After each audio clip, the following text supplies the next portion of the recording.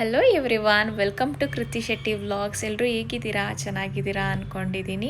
ಇವತ್ತು ಹೊರನಾಡು ಹೋಗಬೇಕಂತ ಡಿಸೈಡ್ ಮಾಡಿ ನಾನು ಅಮ್ಮ ಸಕಲೇಶಪುರದಲ್ಲಿ ನಿಂತಿದ್ದೀವಿ. ಪ್ಲ್ಯಾಟ್ಫಾರ್ಮ್ 4ಅಲ್ಲಿ ಮೂಡಿಗೆರೆ ಬಸ್ ನಿಂತಿರುತ್ತೆ. ಡೈರೆಕ್ಟ್ ಬಸ್ಸು ಹೊರನಾಡಕ್ಕೆ ಸಕಲೇಶಪುರದಿಂದ ಇಲ್ಲ, ಮೂಡಿಗೆರೆ ಹೋಗ್ಬಿಟ್ಟೆ ಹೋಗಬೇಕಾಗತ್ತೆ. ಸೊ ನಾವು ಮೂಡಿಗೆರೆ ಬಂದು ತಲುಪಿದ್ದೀವಿ.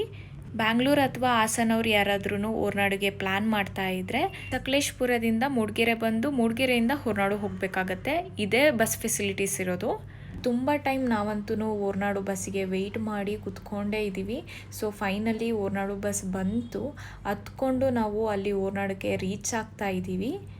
ರೀಚ್ ಆಗ್ತಾ ಇದ್ದಂಗೆ ಅಮ್ಮನ ಟೆಂಪಲ್ ಕಾಣಿಸೇ ಬಿಡ್ತು. ಸೊ ಬಸ್ಸು ಅಲ್ಲೇ ನಿಲ್ಸತ್ತೆ, ಹೊರನಾಡು ಟೆಂಪಲ್ ಮುಂದೆನೇ ನಿಲ್ಸತ್ತೆ. ನಾವು ರಿಟರ್ನ್ ಬರೋದಾದ್ರೂ ಏನೂ ಯೋಚನೆ ಇಲ್ಲ, ಟೆಂಪಲ್ ಮುಂದೆನೇ ಬಸ್ ನಿಲ್ಸತ್ತೆ. ಸೊ ಇದೇ ನೋಡಿ ಹೊರನಾಡು ಅನ್ನಪೂರ್ಣೇಶ್ವರಿ ಟೆಂಪಲ್ ಇದು. ನಾವು ವೀಕ್ ಡೇಸಲ್ಲಿ ಹೋಗಿರೋದ್ರಿಂದ ತುಂಬ ಏನು ರಶ್ ಏನಿರಲಿಲ್ಲ.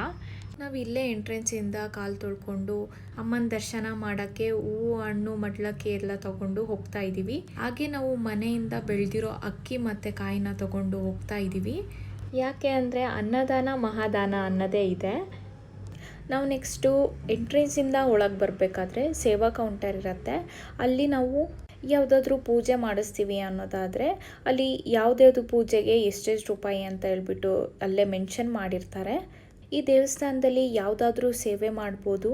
ಆ್ಯಂಡ್ ನಾವು ಯಾವುದಾದ್ರೂ ಈ ಬೆಳೆ ಏನಾದರೂ ಬೆಳೆದಿದ್ರು ಕೂಡ ಅಕ್ಕಿ ಆಗಿರ್ಬೋದು, ರಾಗಿ ಆಗಿರ್ಬೋದು, ಯಾವುದಾದ್ರೂ ನೀವು ತಗೊಂಡ್ಬಂದು ಕೊಡ್ಬೋದು. ಇಲ್ಲಿ ನಾನು ಮೆನ್ಷನ್ ಮಾಡಿದ್ದೀನಿ ಯಾವ್ಯಾವ ಪೂಜೆಗೆ ಎಷ್ಟೆಷ್ಟು ರೂಪಾಯಿ ಆಗತ್ತೆ ಅಂತ ಹೇಳ್ಬಿಟ್ಟು. ಸೊ ಅಲ್ಲಿಂದ ನಾವು ಅಮ್ಮನ ದರ್ಶನ ಮಾಡೋಕ್ಕೆ ಎಂಟ್ರಿ ಕೊಟ್ವಿ. ಅಲ್ಲಿ ಫೋನ್ ಅಲೋ ಇಲ್ಲ, ವಿಡಿಯೋ ಫೋಟೋ ಏನೂ ತೆಗಿಯೋಗಿಲ್ಲ. ನಾನು ಹಾಗೆ ಕ್ಯಾಪ್ಚರ್ ಮಾಡ್ಕೊಂಡಿದ್ದೀನಿ.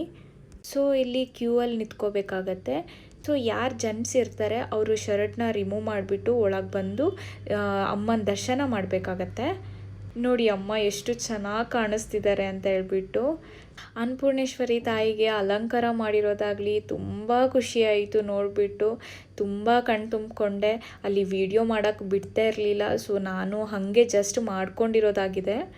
ನಾವು ಹಾಗೆ ಹೊರಗಡೆ ಬಂದುಬಿಟ್ಟು ಹಾಗೆ ಕೈ ಮುಗಿದು ಹೊರಗಡೆಯಿಂದನೇ ಅಮ್ಮನ ದರ್ಶನ ಮತ್ತೆ ಮಾಡಿ ನಾನು ಹಾಗೆ ವಿಡಿಯೋ ಮಾಡಿದ್ದೀನಿ. ಸೊ ಎಲ್ಲರಿಗೂ ಒಳ್ಳೆಯದಾಗಲಿ, ಆರೋಗ್ಯ ಐಶ್ವರ್ಯ ಭಾಗ್ಯ ಕೊಟ್ಟು ಕಾಪಾಡಲಿ. ಎಲ್ಲರಿಗೂ ಹೆಚ್ಚೆಚ್ಚು ಸೇವೆ ಮಾಡೋ ಅಂಥ ಭಾಗ್ಯ ಕೊಡಲಿ ದೇವರು. ಆ್ಯಂಡ್ ಇಲ್ಲಿ ಹೊರಗಡೆ ಬಂದರೆ ಈ ಥರ ಇರುತ್ತೆ. ಅಲ್ಲಿ ಸ್ಟೋರ್ಸ್ ಇರುತ್ತೆ, ಏನು ಬೇಕಾದ್ರೂ ತೊಗೋಬೋದು. ಅಲ್ಲಿ ಅಮ್ಮನ ದರ್ಶನ ಆದಮೇಲೆ ಯಾರೂ ಊಟ ಮಾಡದೆ ಯಾರೂ ಹೋಗೋ ಹಾಗಿಲ್ಲ.